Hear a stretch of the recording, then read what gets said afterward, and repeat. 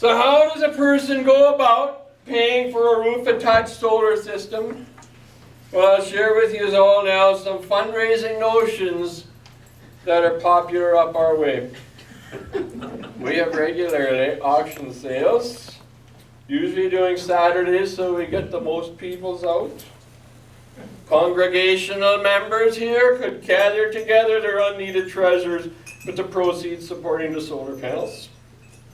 Just last summer, for example, Sharon Schwarzentruber, whose great-great-grandfather on her mother's side, that would be Wee Willie Whitmer, who passed away at the age of 109, sold at auction for $32.65 his almost not-so-used pair of wooden false teeth. For a church event like yours, you might want to consider the ecumenical dunk tank. Our volunteers from St. Mark's plus members from other congregations sit individually in a chair waiting to be dropped into a 110-gallon tub of water by people throwing at them baseballs for which they paid money. This event promotes a sense of ecumenical cooperation as different faiths are splashed into the same water. It's not unlike a community baptism by immersion.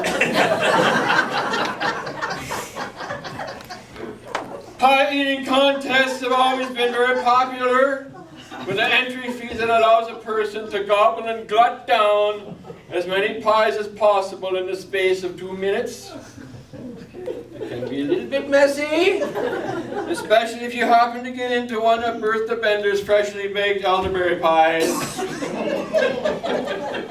Every year, though, Martha Mensinger pretty much wins the event, although she's as thin as a rail, and we don't really know where she puts all them pies within her body.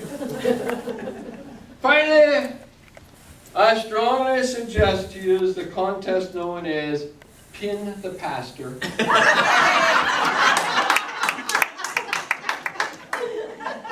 Here, church members have the opportunity to arm wrestle their pastor. Each contestant, for example, pays $2 for the best 2 out of 3 chances to win. If the pastor, however, is victorious, the contestant pays $4. And looking over there at your pastor Stevie, he's a big, strong fella, and you might want to do some push-ups and walk around the block a few times a week. Just so you build up your strength. Well, you know, when you're away from home for a while, a person wants to catch up on the local news and what's happened in the meantime at home. Well, apparently while we was away, our neighbor and good friend, Jimmy Jones, was experiencing problems with his hearing. So he went to see Dr. Bowman. Dr. Bowman says, "So Jimmy, what's the problem?" And Jimmy says, "Well, Doc, it might rain. We could use the rain." "I don't think it's going to rain." "No, Jimmy," asked, "what is your problem?" "Hey, Doc, what did you say?" "Why did you come to see me, Jimmy?" "Oh, that, for the last few days, I ain't been hearing so good." "Well then, Jimmy, let's examine you." "Look what I found, Jimmy." "What did you find, Doc?" "I found this suppository in your left ear." "What do you think about that?"